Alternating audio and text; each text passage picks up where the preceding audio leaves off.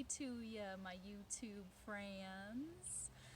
I'm here in my beautiful backdrop, which is my home, which is very special to me. It's being clamored after. This whole town is just clamor city, I tell ya. So I wasn't sure what to do today. I was feeling a little like sleepy, lethargic, just a little bit of ennui today.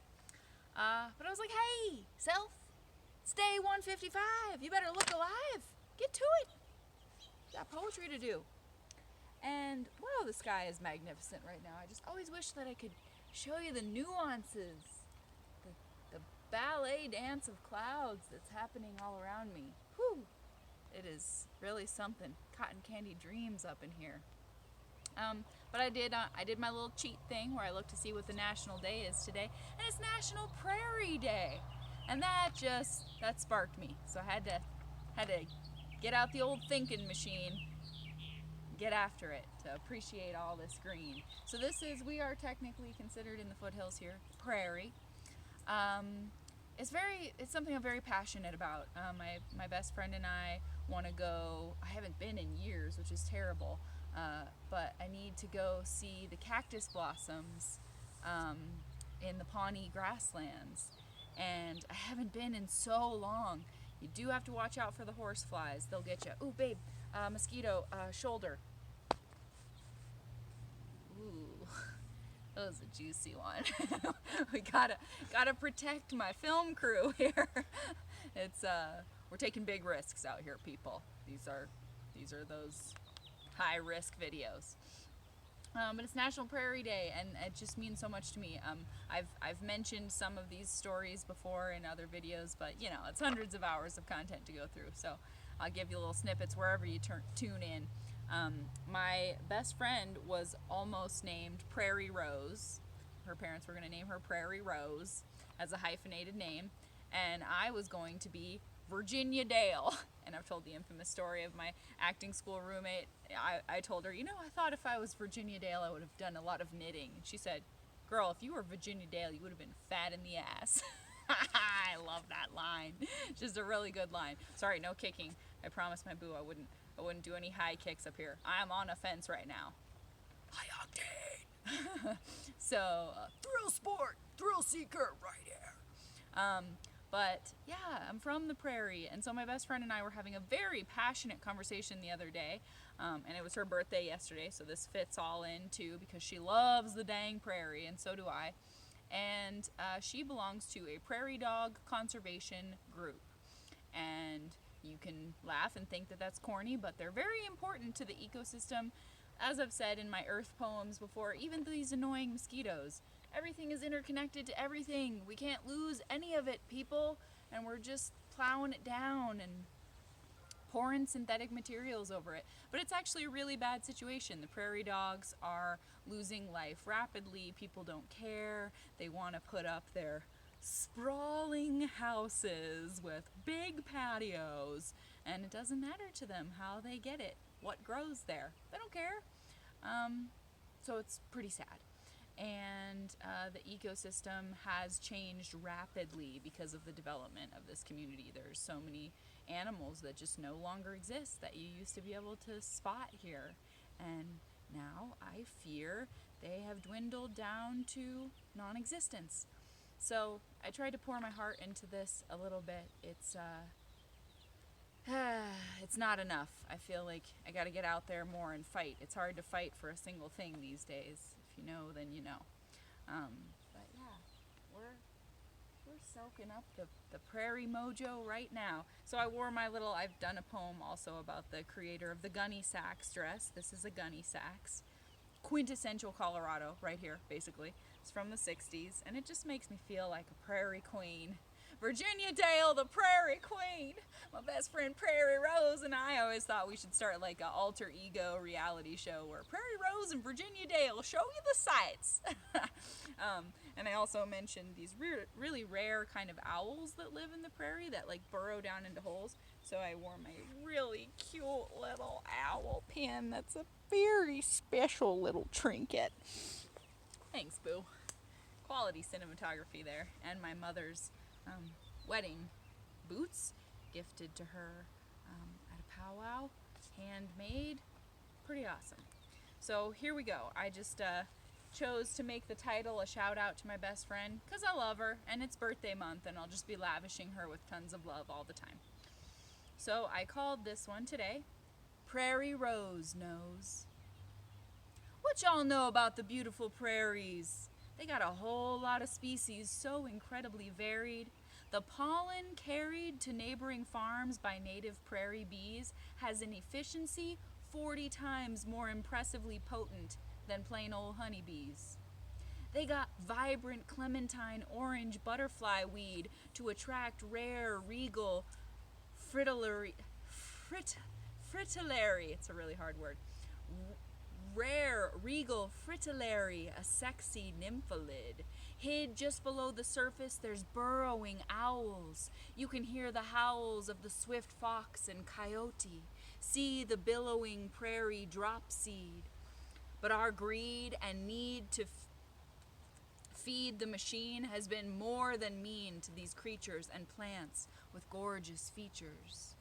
We don't listen to our teachers. We just cover it with ugly suburbs. We deplete and defeat and listen to preachers in big cement brick boxes when we could be worshiping the wisdom of the ferruginous hawk, the mighty stalks of the purple cornflower and yellow, and the powers of the gray foxes. I don't know how I'm shocked anymore, but my best friend tells me the horrors of the prairie dogs here being murdered en masse so we can bulldoze and grow odious tan condos over their homes. We can't ever let good as it gets alone. She belongs to the Prairie Dog Protection Society, and you may laugh or take this lightly, but the flora and fauna already gone as a result of our need to conquer are messing with our ecosystems and food chains in ways that are straight bonkers. All these hustling to Whole Foods SUV honkers are doing much more harm than they know. With their 2.5 kids in tow, moving into sustainable modern farmhouses starting at $600K. They're contributing to the fading away of a habitat that, before we interfered, was kinda saving the day. A single acre of prairie can store more than a ton of carbon per acre per year. That's keeping our air more clear. But we steer the poison pump in and flood the prairie dogs' holes to make way for golf holes. Hooray! Behold the decay. The unique roots of the plants in the prairie, over 10 feet deep, play a key role in keeping the water from seeping out and causing floods. It can suck up rainfall like a sponge and hold up to 7 inches of it. But I guess it's tough shit if we'd really rather have another target. I just don't get it. The developers in my very own hometown spit on this land so sacred. They see a gorgeous expanse, an open space that shows you heaven at a glance, and they just want to take it and make it the next oatmeal-toned elite cul-de-sac. There isn't any going back once we've passed this total lack of integrity threshold.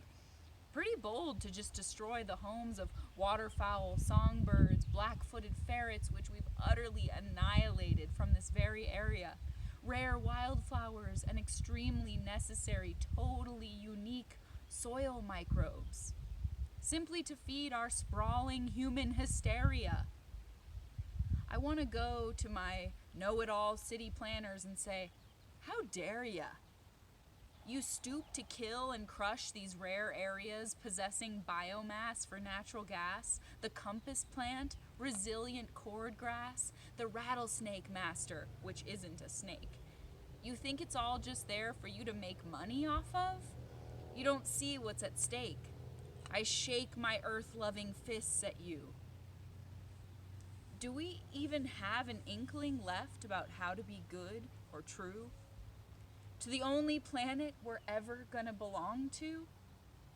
Brings a song through my mind from a time when my best friend and I could spot black-footed ferrets, and nothing could have prepared us for how few fucks the guys in charge with big trucks and big bucks would give, not caring which animals lived or died.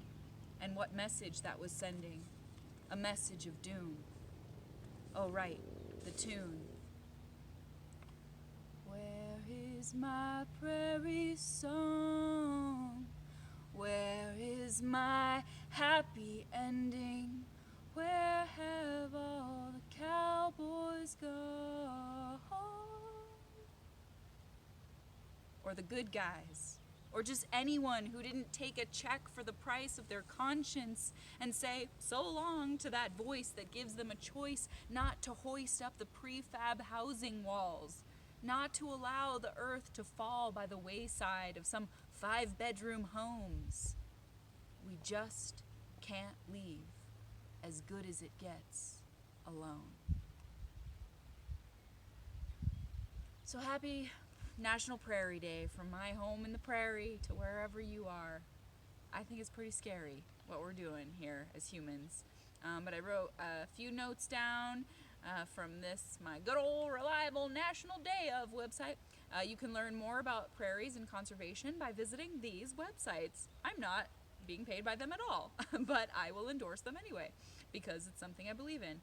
The Prairie Enthusiasts, awesome. Prairie Ecologists, Land Institute, American Prairie, and National Park Service websites. And then a little history. I assumed that we would have been worshiping the prairie long before this, but the National Prairie Day was started in 2015 by Christine Chiu of the Missouri Prairie Foundation. And they started the National Prairie Day to educate people about these vital ecosystems. Vital, emphasis on vital, as in necessary to survival. And yeah, conservation and restoration. So that's what I have. We're getting super attacked by mosquitoes out here, so we're gonna go back into our little comfort walls in this lucky space that we have before the sprawl of same takes over. We still have this.